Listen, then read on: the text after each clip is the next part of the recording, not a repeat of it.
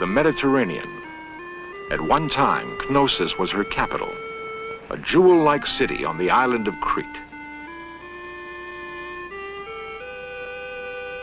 All that's left now are the weather-worn ruins of graceful temples, courtyards, and apartments.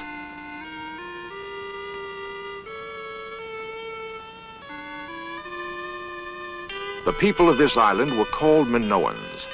They were heirs to Phoenician sea kings who sailed here from what is now Lebanon. The Minoans loved music and art almost as much as they loved the sea. Even their architecture had a lyrical quality. The sea never seemed far from their thoughts. They must have gloried in all its aspects. The sea brought the Minoans power and wealth. Perhaps they had commerce with other advanced civilizations now lost to us.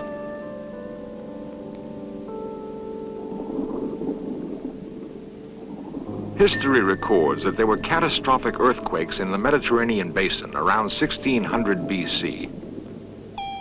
Knossos was by then Queen City of the Mediterranean.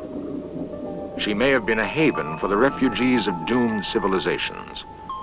If so, the influx of new citizens must have created pressure for expansion. The Minoans already had colonies on the north coast of Africa, and recent evidence discovered underwater in the Caribbean suggests that they had traveled to the Americas. It is nevertheless a radical theory that sailors from a Bronze Age culture could have dispatched the first strange visitors to the New World. Professor Fell, how do your colleagues at Harvard feel about these amazing discoveries you've made? Very mixed feelings. My closest colleagues, who of course support my work and assist me in it, have very positive feelings, and some other colleagues, more particularly concerned with traditional aspects of archaeology, so far have not supported my opinions. Well, how did the ancient Phoenicians get here? They had ships, Dr. Halser, better than those available to Columbus. Here is a carving of the hull of one of them that we found at Mount Hope, Rhode Island. We have one other carving from another part of North America. And then the fact that they made the voyages is sufficiently plain from the inscriptions that they left en route. The inscriptions Professor Fell refers to are found in abundance at Mystery Hill, if one knows what to look for.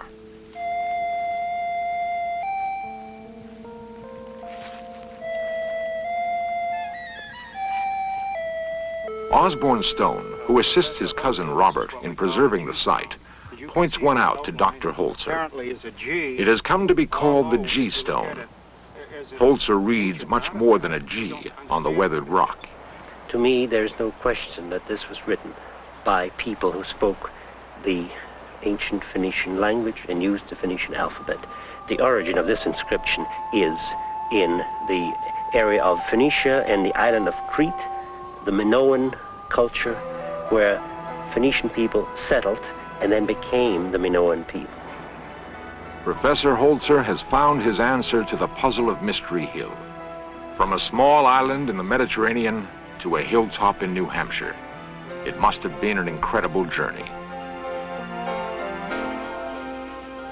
Everything feels right and seems to fit. The style of masonry is the same. The walled lanes are common to Knossos.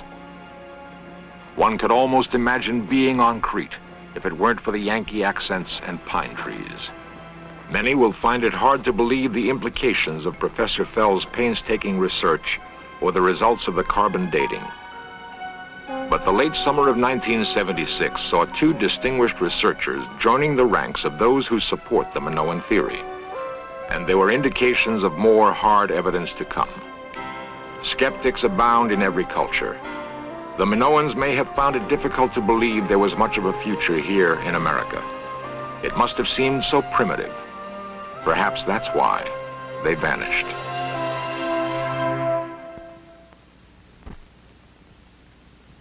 The same curiosity which may someday take us to the stars has apparently propelled mankind throughout its long centuries of wanderings on this planet.